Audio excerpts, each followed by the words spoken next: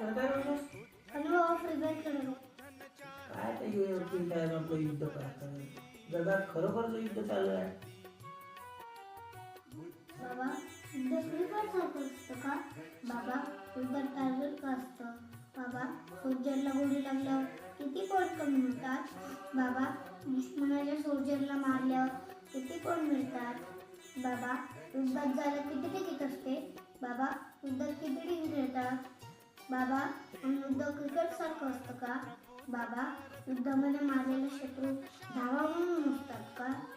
बाबा युद्धात जिंकल्यावर ट्रॉफी सोबत किती पैसे भेटतात? मुलाचे प्रश्न गोडी होऊन काळजात घुसत होते. मी काहीच न बोलता त्याला फक्त युद्धानंतरची चित्र दाखवली. तिरंग्यात लपेटून आलेली चिन्ह विचिन्ह माणसं दाखवली.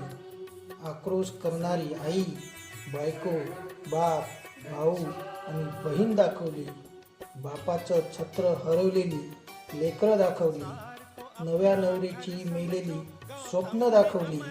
म्हाताऱ्या आई बापाची लेकाच्या सरणावरची टाहो दाखवली. आता माझं पोरगं ढसाढसा रडायला लागलं. घरातल्या बुद्धाच्या मूर्तीला बिलगून युद्ध नको म्हणायला लागलं. युद्ध नको म्हणायला लागलं.